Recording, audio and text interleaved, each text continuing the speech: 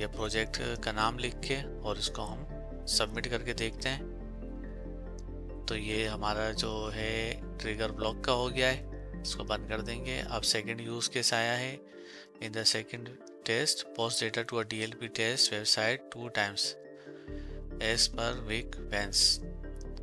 The data will contain a project name and each transaction should require user interaction to proceed. वापस आते हैं। अब हमारे पास notification आ गया इसमें। अब यहाँ से इसको हम रिक्वायर्ड को क्लिक करके, रिक्वायर्ड फॉर बिजनेस पर क्लिक करके इसको अलाउ कर देंगे। तो हमारा जो डेटा ट्रांजेक्शन है वो, अब हम पेज को रिफ्रेश कर लेते हैं, टेक्स्ट पर आते हैं और दोबारा से वही अल्फाज लिखकर यहाँ से उसको टेस्ट करते हैं और यहाँ से सिलेक्शन लेते हैं अप्रूव्ड बाय माय मैनेजर। अब हम जाके अपने एक जो हमारा यूज़र है वीकवेंस, उसकी जो एक्टिविटी है उसको force.dlp कंसोल पर देख लेते हैं। ये हम आ गए हैं अपने force.dlp के पोर्टल कंसोल पर। इसके बाद हमें यहाँ आना है इन्वेस्टिगेशन और यहाँ पर आके हम यूज़र को देख सकते हैं। तो यहाँ पर आके हमारे पास इसके अलर्ट की डिटेल आ रही है टॉप सीक्रेट प्रोजेक्ट्स के हवाले से, और यहाँ हम देख सकते हैं कि हमारा ट्रिगर एक्शन जो है वो यहाँ पर अप्लाई हुआ है।